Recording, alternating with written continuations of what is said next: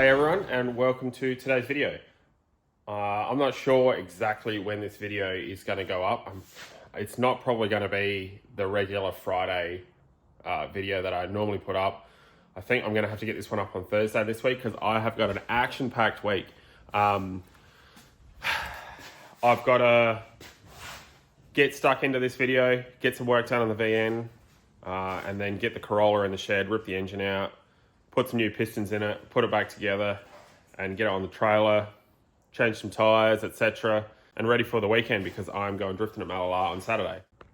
So I've just got to get this RB30 back in the VN today for the final time, hopefully, if all goes to plan. The plan with today's video is to sort out transmission mount, and by transmission mount, I mean manual gearbox mount. So I need to work out what I'm doing for that gearbox mount, and I need to work out the front half of the tail shaft because if I need to order something that is going to hold me up, we'll see how we go. So yeah, finished off a few things. I still need to sort out some, probably going to get a new alternator for it so it doesn't look so ratty. But yeah, we're all bolted back together. Yes, I still haven't painted the rocker cover. We'll sort that out in time when I get a minute. So now let's get a clutch bolted to this. If you didn't watch my last week's video, I have a twin plate clutch. So my idea behind this was I wanted a clutch the same as I run in the Corolla so that I can have transferable parts or whatever. And I ended up finding a rebuilt extreme twin plate 230mm clutch, which is what I run in the Corolla. So non-sprung center, so solid center. Could be a little bit harsh for this car, but yeah, we'll see. Like I said, I wanted to run the same clutch essentially as the Corolla, so that's all my bits. But yeah, that's one rebuilt extreme twin plate, so it's pretty much as new condition. It's got like obviously a tiny bit of material off of the like the center plate and the top plate and the flywheel and whatnot, but it's yeah, same clutch plates as I run in the Corolla. So yeah, we should be good for spares. But let's get this bad boy into this absolute junker. So you can see here, I don't know if you remember what the engine may look like before. It was pretty ratty. Tops of the chassis rails were pretty cruddy looking. So I've cleaned it and painted everything. And then I've got overspray on everything and I've painted everything. And then I've done a half-assed job of it, to be honest. I have white bits. Obviously, it's all rattle can. Before, yeah, like I said, that was just all rusty and crappy looking. So if you stand all the way back here, 5 meters away, 10 meters away maybe, it looks all right. So, and that's all I'm going for in this. I don't want to escalate this build too much more than I already have.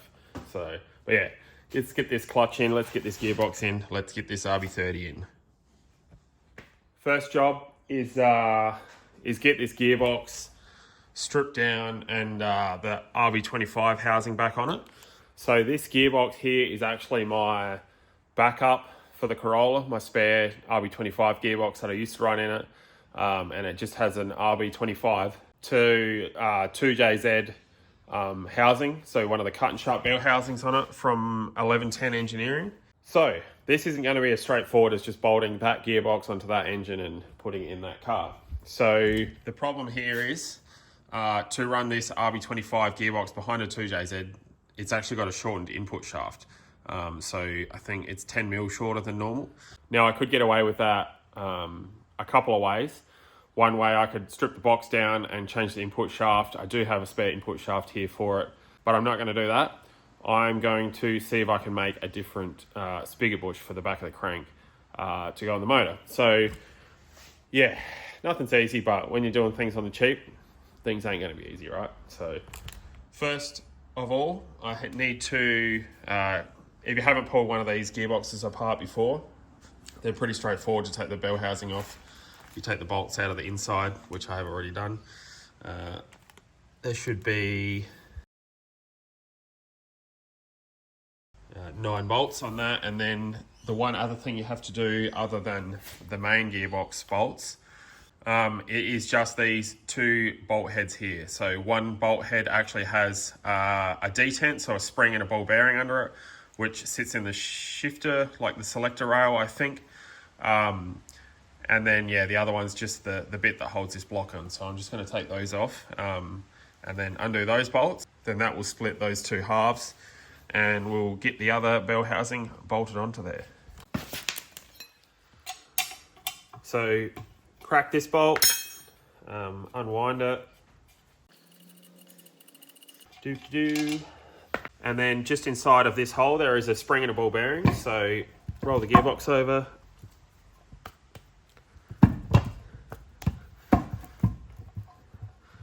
Spring.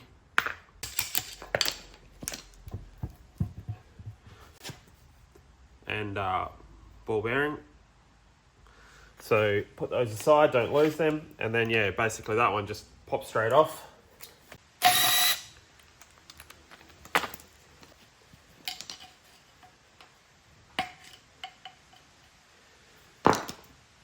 Then once you've got that next bolt out, that plate just pops out. It's just kind of got that little keeper in it. So you can imagine the ball bearing sits in there with a spring in there. And yeah, that just is a little housing for it. So next up, undo these bolts. Whatever there is, about 10 or 12 of them. Bingo bango, rip her apart. I thought I might just take a minute to run over what's actually wrong with this gearbox. So like I said before, this is the old gearbox out of my drift car. So out of my 2JZ Toyota Corolla. So it does have an RB25 gearbox behind that engine. This, I pulled it out because I couldn't change gears with it anymore. And I'd already done the Synchros, 3rd to 4th gear Synchros. That's basically the only gears that I use in that car. And I had changed them before in this. One day when I was drifting, I split the gearbox boot, like the shifter boot, and I didn't notice it. I didn't notice it was dropping oil. And I ran the gearbox quite low on oil because I normally run these gearboxes with about 5 litres of oil in them, which is 2.5 litres more than they normally hold. But yeah, just for the G-forces and everything that the drift car throws at it sort of thing. But yeah, so anyway, ran the gearbox low on oil, and from there on it started making noises. So I kind of stopped. I didn't stop caring about it, right? But it just, yeah, you can tell it's sort of towards the end of its life. It's obviously a 30-year-old, 25-year-old Nissan gearbox. So you can see this gear here. If my phone, you can see how it's like starting to wear through the hardening. So the gears aren't like to a razor's edge or anything, which I'd hope not, because that would be bad. But you can see that the hardening's wearing off of it. So therefore, it's not worth spending money on in its current form. These gears, better condition. This one here, probably the better of the two. That one there, you can still see that it's wearing the hardening off of it. But yeah, so all the gears in this gearbox are looking average. So that one looks pretty good. That one's starting to wear some hardening off of it. So like I said, I'm not too fussed what happens with this gearbox. It's going to break at some stage, and I'm probably going to have to put a gear set in it regardless. There is quite a few options for gear sets these days. I've never ran one in a RB25 gearbox, but I soon will, hopefully. So I might just run over the Synchros, what they should and shouldn't look like. So this is the 3rd to 4th gear Synchro here. You can see they're like really thin and like wearing to a point sort of thing. So like on the side of them, you can almost see a step in them. Not supposed to be like that. Excuse my dirty fingers. This is a better condition one over here that you can see looks a lot better. There's no steps in them. Yeah, so this hub's been replaced. This like Synchros, like on 3rd to 4th gear, you can see it's actually got a 3rd to 4th gear steel selector fork in it, because they're common for cracking the inside out of them. So yeah, if you have an RB25 gearbox yourself that you want to inspect, or you know, it goes for any gearbox really. You can see the discoloration in this gear, which is shagged, compared to this gear, which is pretty good. Same thing, Synchros, you can check them out yourself in any gearbox if you're capable of pulling it apart. yeah, today's tech tip maybe. For now, let's get this housing onto there. I've split that a little bit so I can get some sealant in that half, reseal this half to there, and then on the other side we reseal that face sort of thing when we put that cover back on. Yeah, let's get it. Engine on the ground, housing back on, clutch on the engine. Let's go.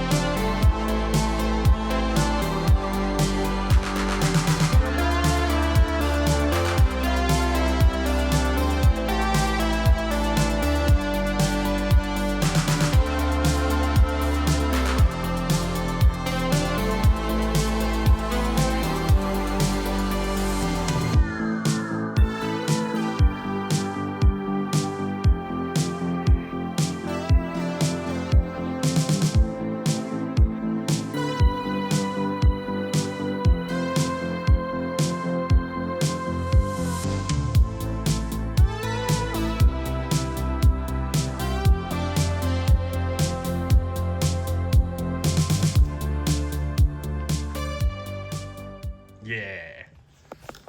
Well, now that that engine is in there and it is painted black, I am sold on it because it looks excellent. 10 out of 10. Rate it. Whew. Damn, doggy. Yeah, nah. She's looking good, I tell you. Definitely happy with that. Also, shift position. Spot on. Absolutely spot on. So yeah, that's going to be good. I'm going to modify surround to suss that out.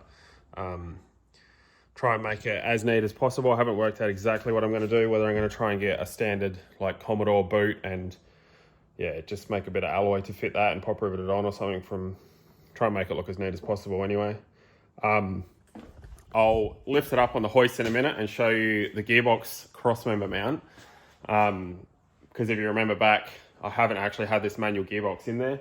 I wasn't sure how it was going to clear, what the, where the mounts were going to line up, etc. But it, let's just say it's made for it.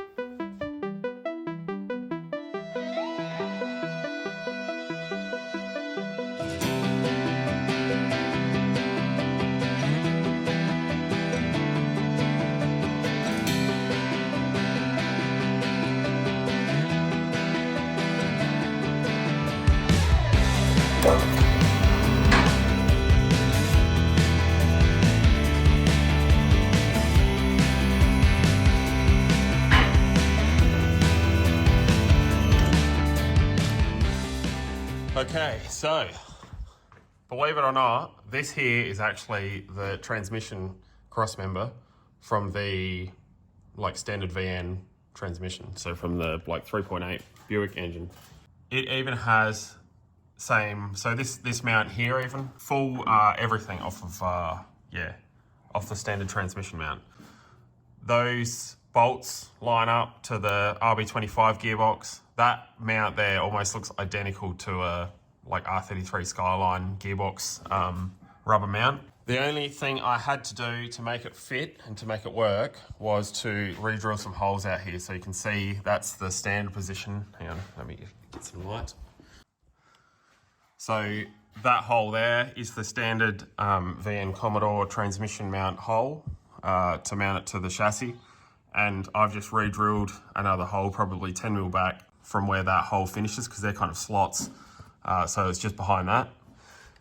And everything else lines up perfect. That's ridiculous. It is made for it, actual. The shifter is perfect right in the center of the hole. Perfect.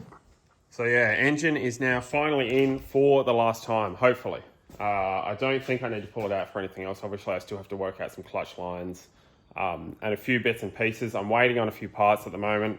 I've ordered a new intercooler, 100mm thick core cooler. Obviously, cheapest possible eBay cooler, because yeah, I wanted to finish it off nicely. So you're obviously going to see that once the bumpers are back on the car, sort of thing. So I wanted to make sure that at least looks nice and clean. But yeah, stop spending money on it, Jared. Anyway, I do have to wrap this video up here. Sorry about the short video this week, guys. Like I said, I got so much work to do, and yeah, I just wanted to get this engine back in this VN so I can work out tail shaft and everything, which I'll get into probably next video. But yeah, I just needed to see what I need to order, yeah, because I wasn't sure whether this is going to hold me up moving forward. So, but if not, I'm going to Malala Saturday.